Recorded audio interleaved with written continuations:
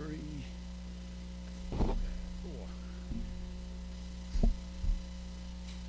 Good to see everybody. I'm Chairman John Yates of Defense and Veterans Affairs Committee. We have two things we got on the agenda today. We got one bill, Representative Mary Margaret Oliver, House Bill 535. We'll take up that first, and if Ms. Oliver would like to come and tell us about a bill, and then be time for questions, and anybody wants to present for or against the bill after that. And then we're going to give my good friend and his staff a chance to finish the last meeting. Commissioner Wheeler, we cut him off early last time. We had an informational meeting, and so the members get a chance to see what's the best way to take care of veterans from he and his staff after we have this bill. Thank you. Go ahead. Good afternoon, Mr. Chairman. Thank you very much.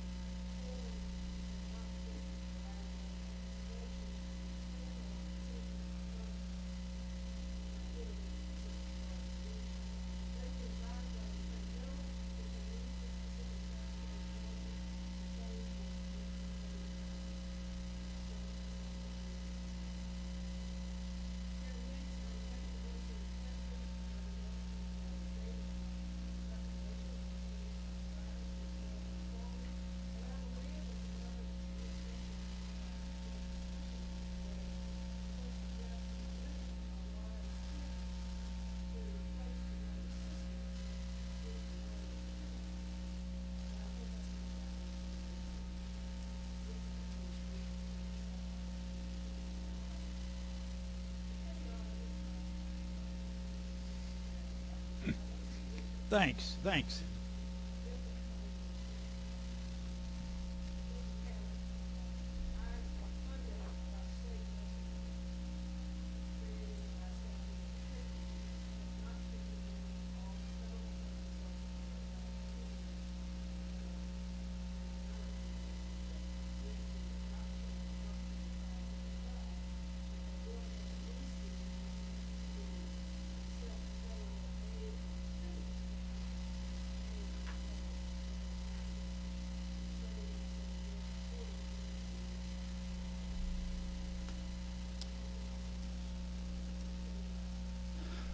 I've learned over the years when you're dealing with the federal government, you first ask question, is any downside, things about this thing, anything against taking this? And the other question is, where do the funds go?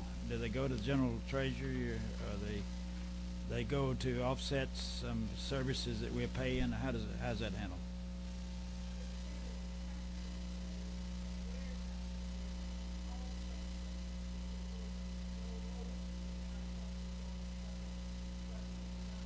I understand.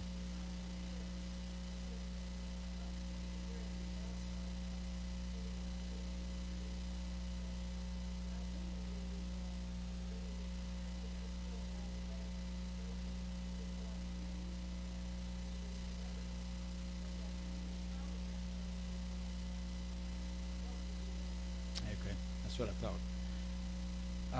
I guess one other question would be, and maybe the right answer is wait for them to speak, but I guess I was going to ask, how does the veterans people feel about this? But I understand they brought somebody to speak on that. Is that yes?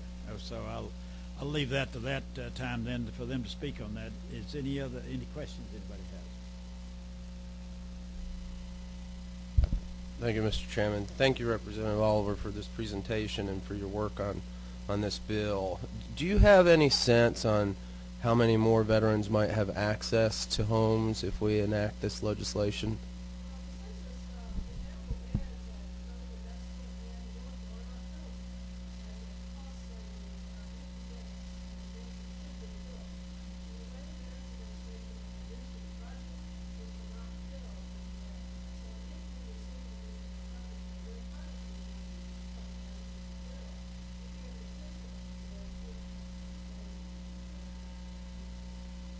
Thank you. Any other question?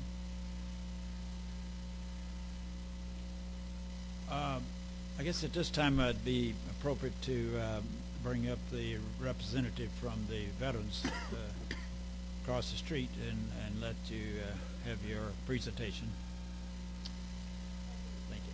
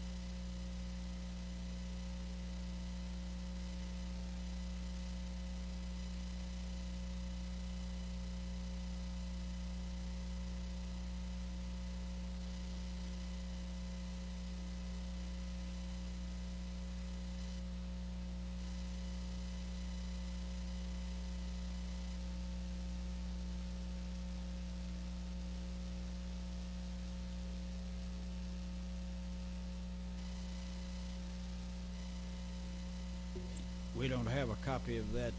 Give us the exact wording of what the amendment is. Oh, you got it now?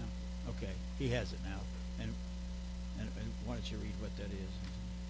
It's changing assistance to attendance. Yeah, down line 20, assistance is changed to attendance, A-T-T-E-N-D-E and C-E.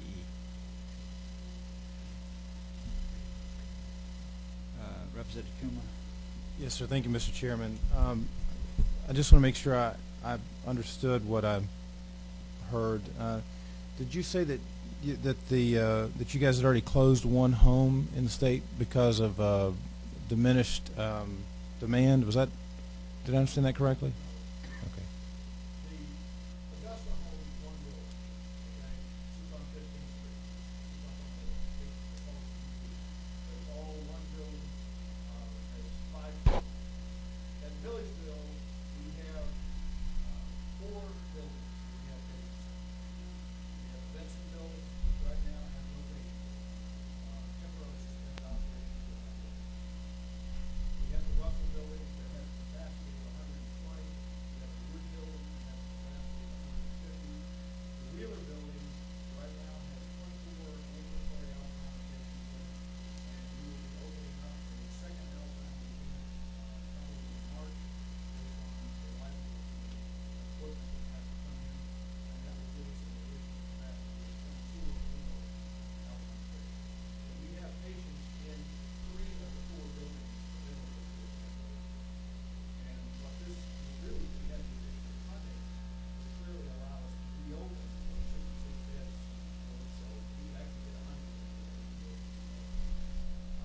and allow us to reopen that building. So that building has been closed for lack of funding, not for lack of demand. Okay. Okay. Thank you.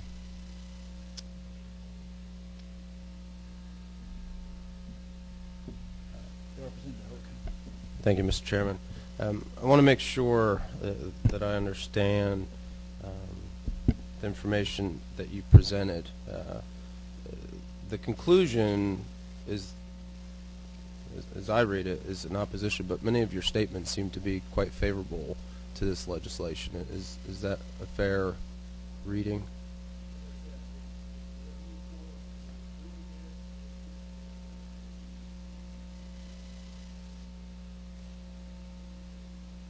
Okay. Now, in terms of the numbers of veterans who will be assisted or able to use these benefits, will this expand the number of veterans who will be able to use the benefits in our state's hospitals?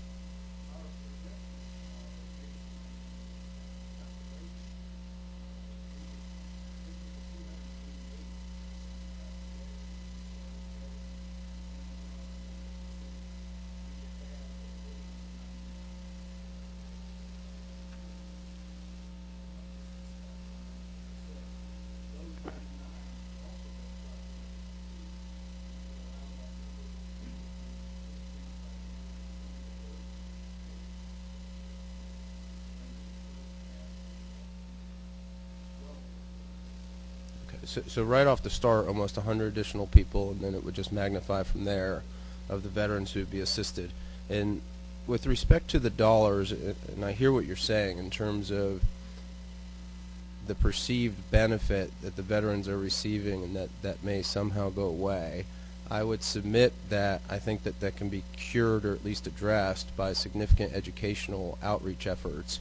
And it seems as if for those who are over income, they are now getting a benefit which they were not getting before.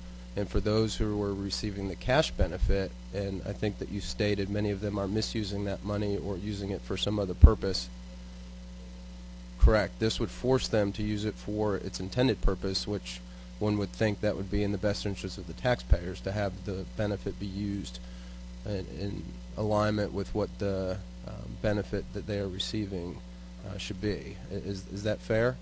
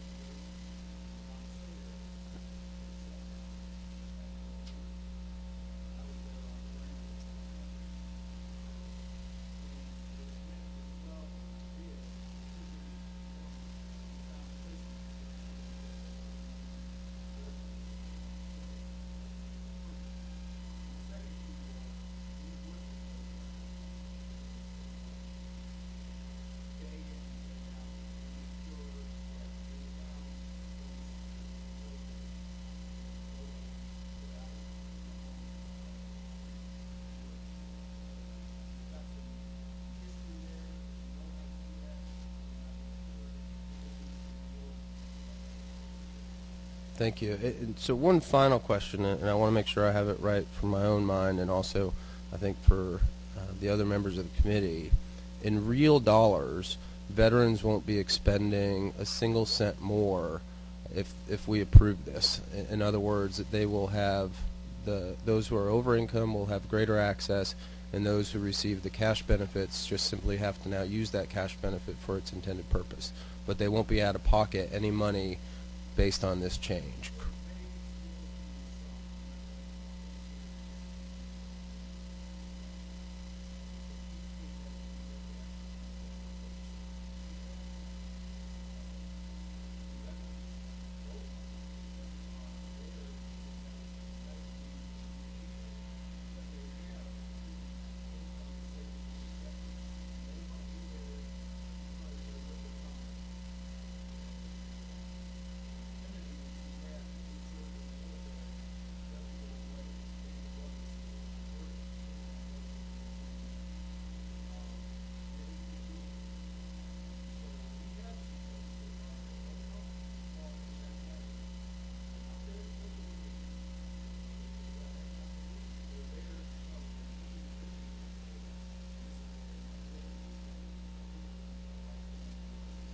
So they pay.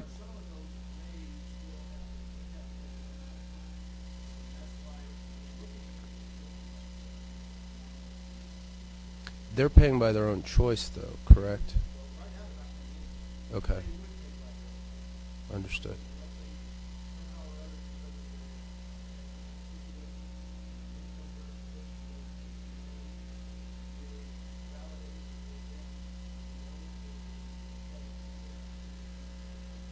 Okay. Thank you. Blake? Yes, sir. You indicated that if this moves forward, that we'd be able to fill the beds that would be available. Can you give me some idea about the number of people out there that could be reached if you had all the money to service all the people that had a need?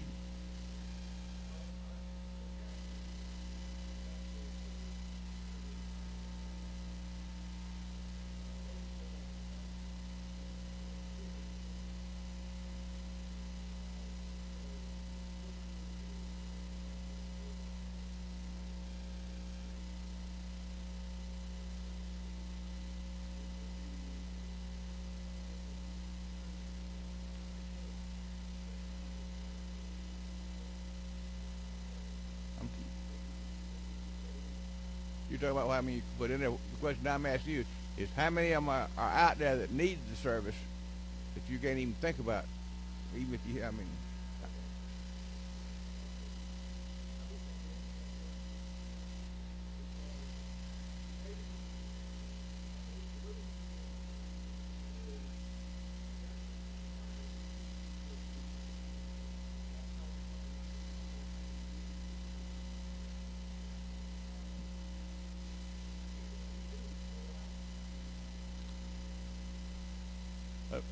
Let me rephrase the question this way: how many of them that are applying now are you not able to service?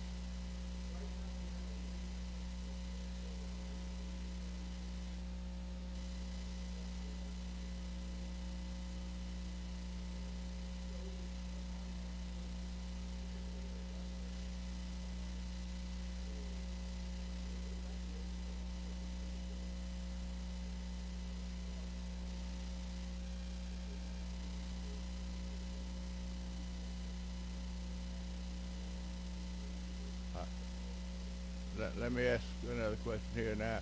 Make sure I understand this. This would allow us to expand the number of beds that we would have available to provide service to the veterans.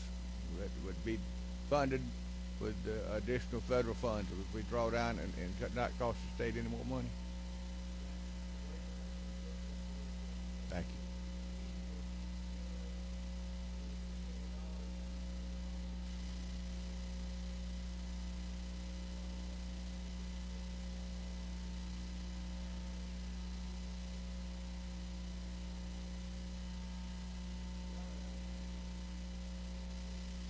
Appreciate your testimony.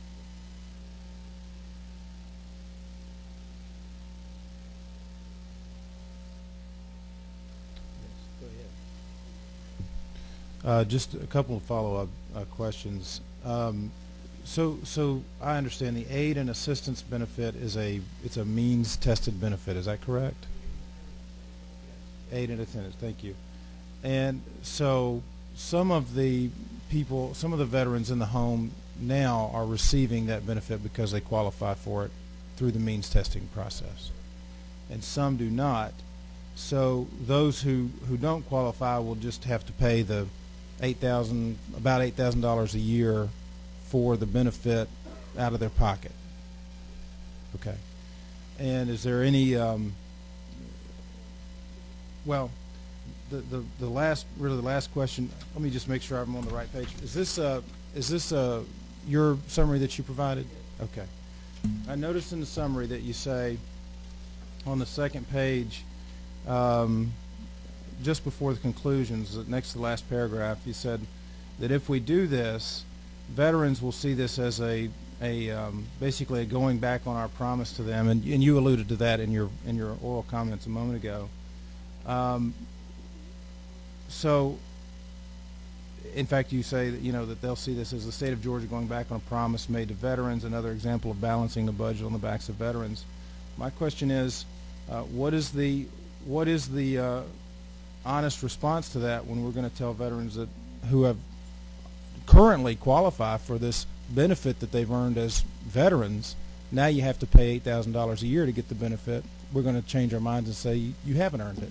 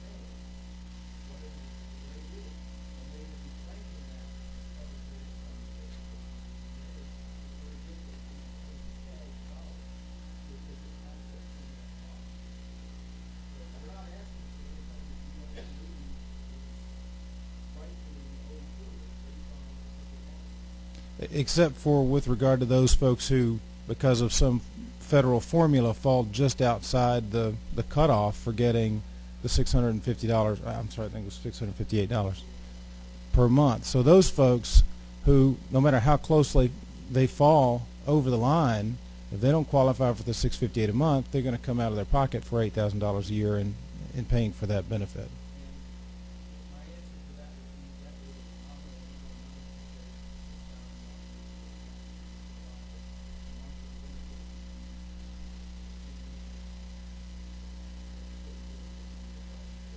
I understand that, and the response is we're not talking about general public paying for a service. We're talking about a promise we've made to veterans who have given of their own time and effort, blood, and health in many ways, not just physical health, mental health.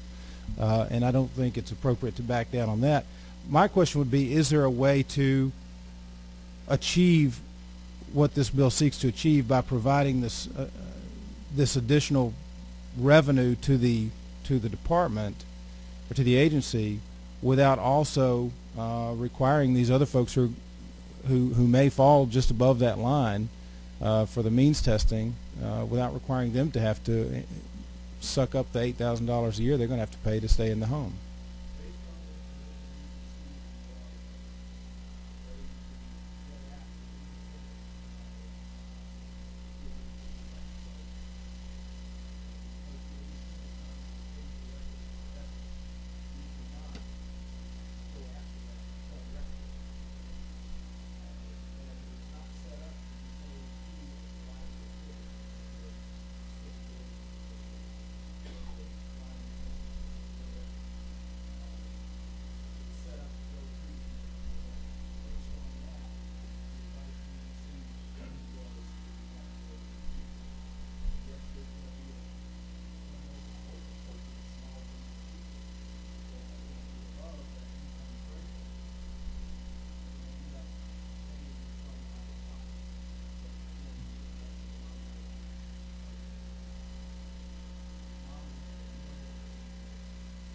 Well, I support the concept. I support the idea of rerouting federal VA funds to pay for this program with no cost to the residents there now. I would hope that maybe even perhaps the agency could look at ways for offsets to be available to those who wind up having to pay for the fee. Thank you for your time. Do other states do in this light of this?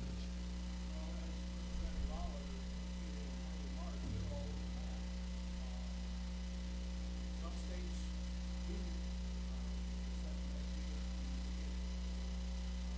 other states do not. The ones that do, have done so because they look at it strictly as an incentive and problems with taking those dollars and investing what they generating the revenue. Ones that have elected not to go with the part of it is historical claims. They are charged, but they're not accepting the Medicare benefit. So, again, it's comparing. Oregon is the only state that right now does not charge for Medicare providers. Regardless of state appropriation matched by revenue of millions of dollars. Right now, the legislation structured $1 dollars.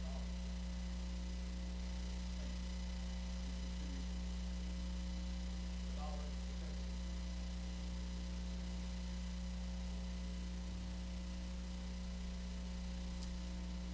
Any other questions? You want to have anybody else speak from the department, or you've pretty well covered it for your department? Yeah, this bill, for this bill. Okay, well, thank you, and we'll let you go then. Thank you. Is there anybody else out there that wants to speak for the bill?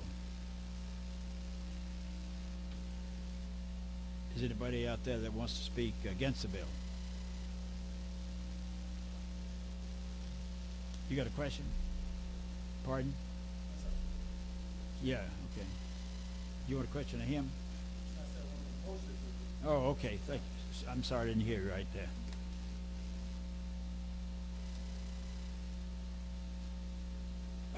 You want to make a motion?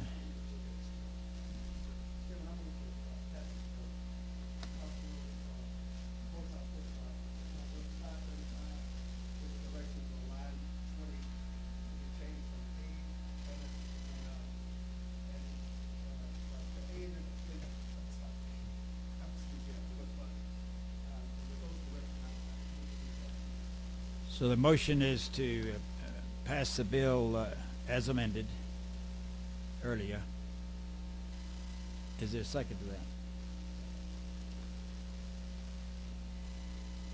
All in favor say raise your hand.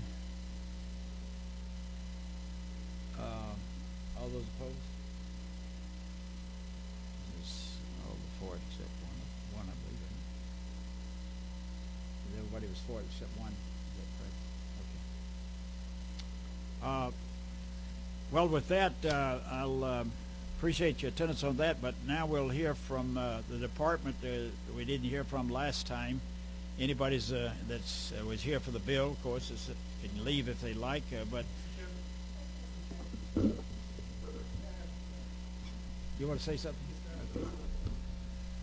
Before the meeting, I was very, very impressed with something that was very, very touching to me. I was here about 15 or 20 minutes earlier, and Pete Wheeler stood up here and talked to me and shared some things, very intimate things about his life, about his service to our country. And I've been up here 18 years, and it was very, very touching to hear him talk to me of things that he's seen, some things that he's helped, things that he's contributed. And I was telling him I'm sitting here because of a lot of things he did. And I just wanted to publicly thank you, Pete. I've known you a long time. And for you to stand there and take the time with me and share those things was very touching to me. And I want to thank you for that, and I want to do it publicly. I think we can all say amen to that one, and we're going to hear a little bit more from him now. And I want to thank Representative Oliver for bringing the bill, and we appreciate it. I We got anybody who wants to stay here and listen to Commissioner Wheeler and Mr. Cook and his people tell what they do and how they can help us do a better job. Is it, we about to run out of time again? No. Yeah, well, we're through except to listen to them. That's all. Thank you. You want to sign it now? Yes, sir.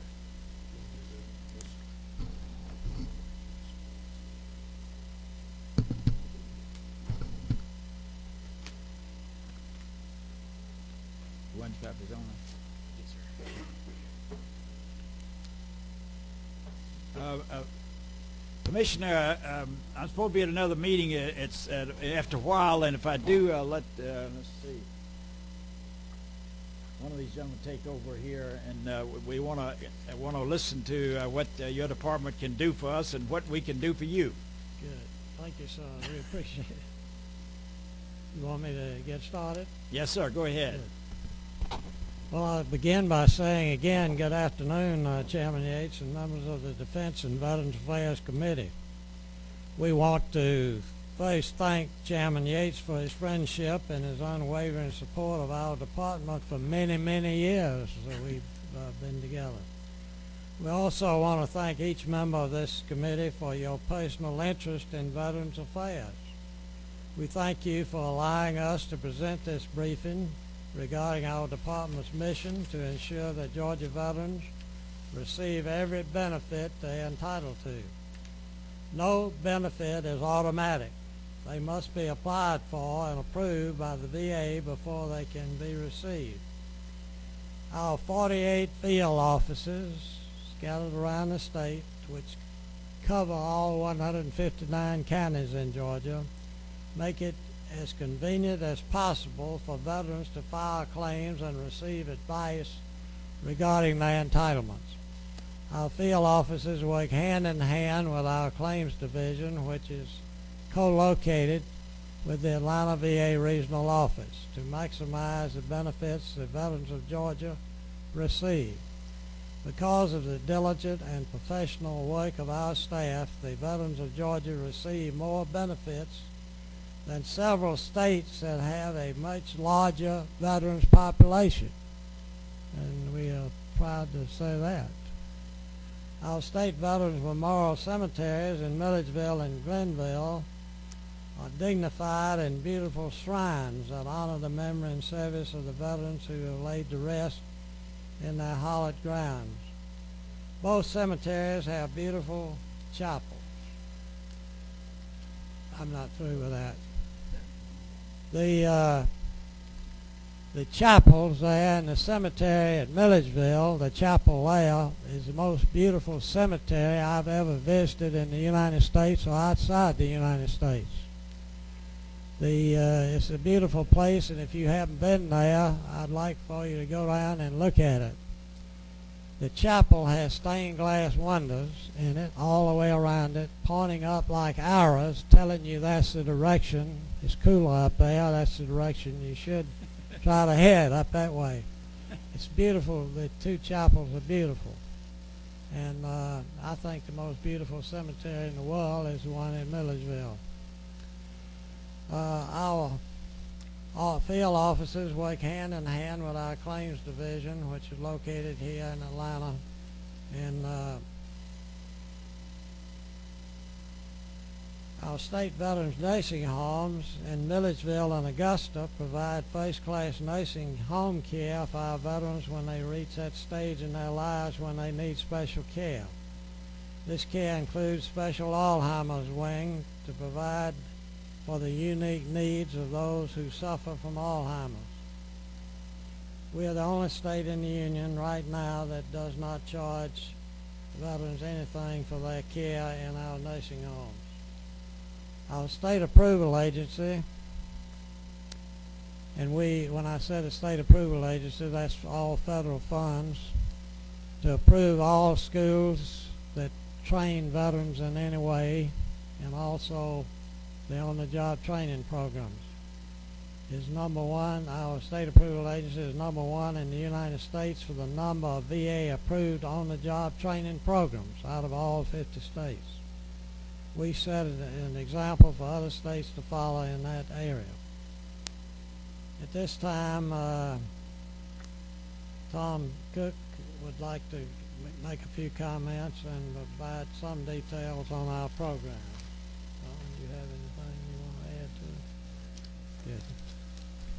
I want to thank all of the members of this committee for what you do to help the veterans of Georgia. Well, I want to thank you, sir, and I want to say last session, by him being well in the habit of calling on me whenever he needed me, he called attention to a need to get involved in the cemetery, and we kind of saved the program at the last minute due to him telling me what was about to happen there. And I think we went about double the size of the cemetery down there, didn't we, Commissioner? We did. It was filled up. Yeah. And we had to expand it. And so that came about by our good graces, and he's right across the street, and he has told me many times, call on them anytime they can be of help. We've had a very close working relationship for many years, and I hope we'll have it for many more. We will. And that's good, and we want to hear from the assistant there. You tell us, too often somebody thinks because I'm chairman of the committee that everybody should go through me, but I want all of you to let your constituents know that you have a inside track to these people and can take care of a veteran in any need there. So you tell them what's the best way to do that. Well, the best way, I want to be sure after we finish here, I'll give you all my card and to call. Just call me or email me with constituent issues or problems. We'll be glad to help the best that we can. And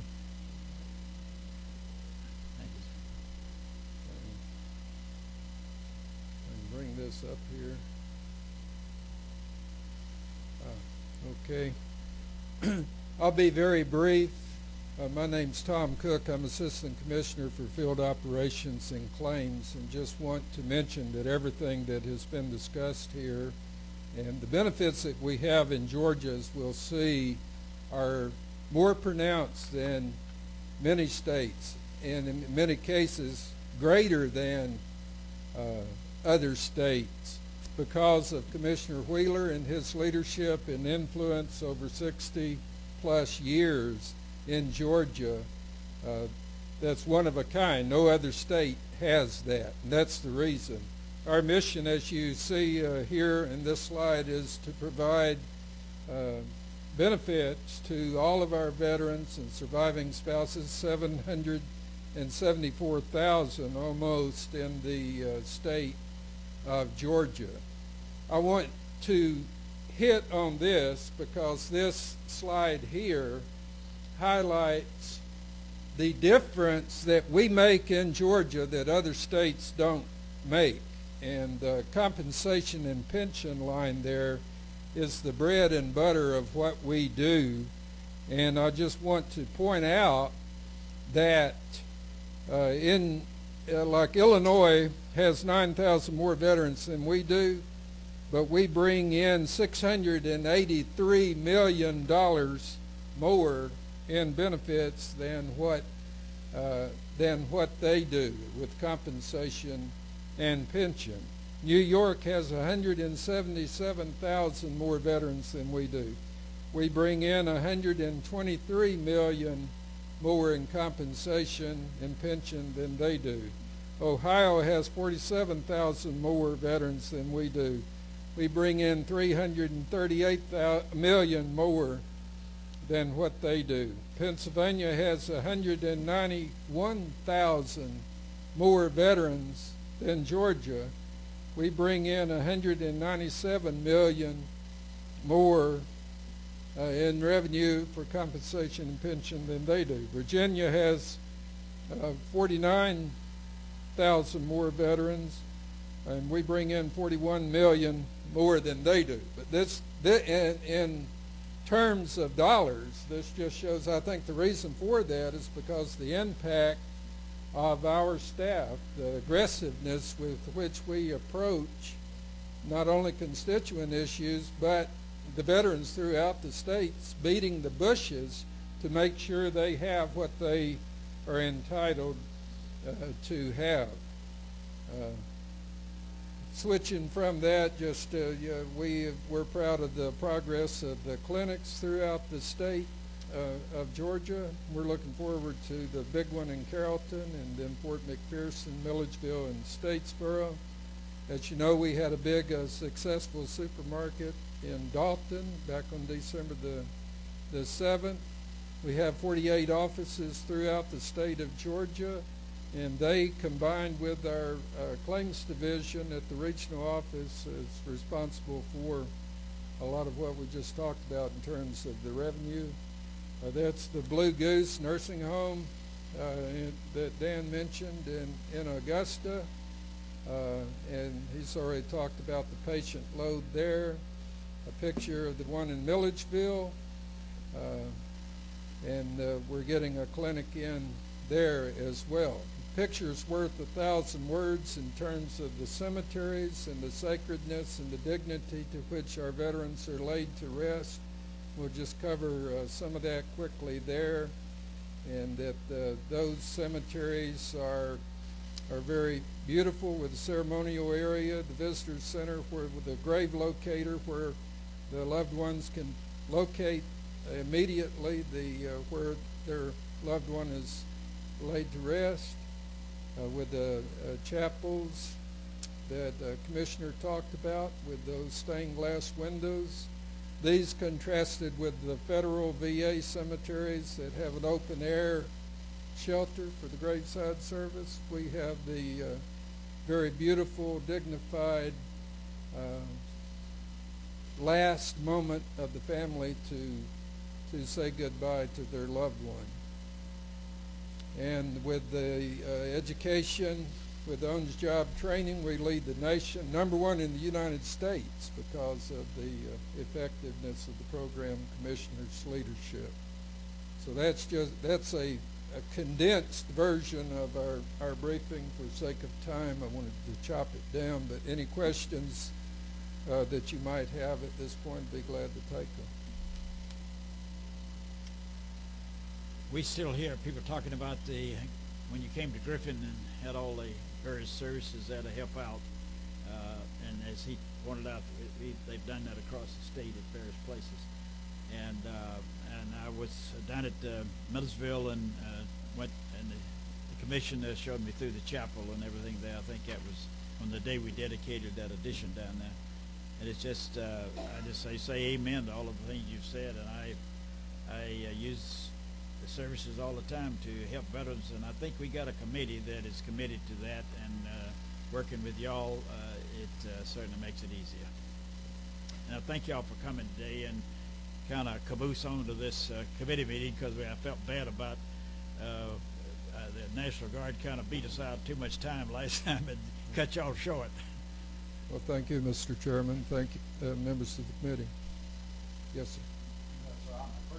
Apologize for being late. I ended up in a reapportionment meeting, but I did want to express, Commissioner Wheeler, and to you, sir, how appreciative I am as a son of a veteran and the son-in-law of a retired brigadier general. You think I didn't have a tough life growing up, I'm telling you, but I see every day the work that's being done on behalf of veterans, and I commend you and I thank you, and on behalf of my constituents. So you guys do a great job. Thank you so much.